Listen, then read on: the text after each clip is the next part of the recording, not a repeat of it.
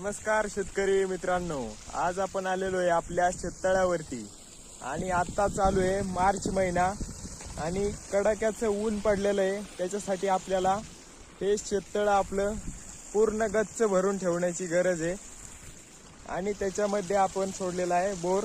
जसे तुम्ही पाहू शकता पाणी चालू आहे। आपण उन्हाळ्यात सुद्धा चांगली पिकं 12 महिने आपल्याला पाणी पुरवण्याचं काम हे आपलं शेततळं करते।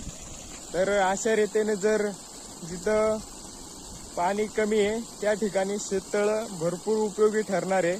त्यासाठी तुम्ही पाहू शकता हे एकदम डोंगर भागात शेततळे, मागं तुम्हाला काही दिसणार नाही।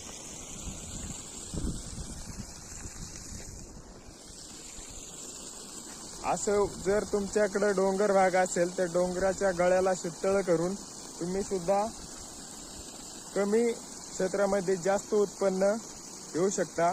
काही पिकं अशी असतात जी कमी पाण्यात जास्त उत्पन्न देतात, ती आपल्याला शोधायची गरज आहे आणि ते आपल्याला करायची गरज आहे। मित्रांनो, पारंपरिक शेती भरपूर झाली, आता ती कमी करण्याची गरज आहे। पूर्ण नाही करून नाही जमणार। आपल्याला ज्वारी बाजरी खायला लागते तेवढ्या पुरतीच केली पाहिजे आणि आपण शेतकऱ्याला जर मोठं व्हायचं असेल तर आपल्याला जास्त उत्पन्न मिळवून देणारी पिकं केली पाहिजे। आणि अशाच अजून माहितीसाठी आपल्या चॅनलला सबस्क्राईब फॉलो करून टाकायचे। भेटूया पुढच्या व्हिडिओमध्ये, तोपर्यंत धन्यवाद।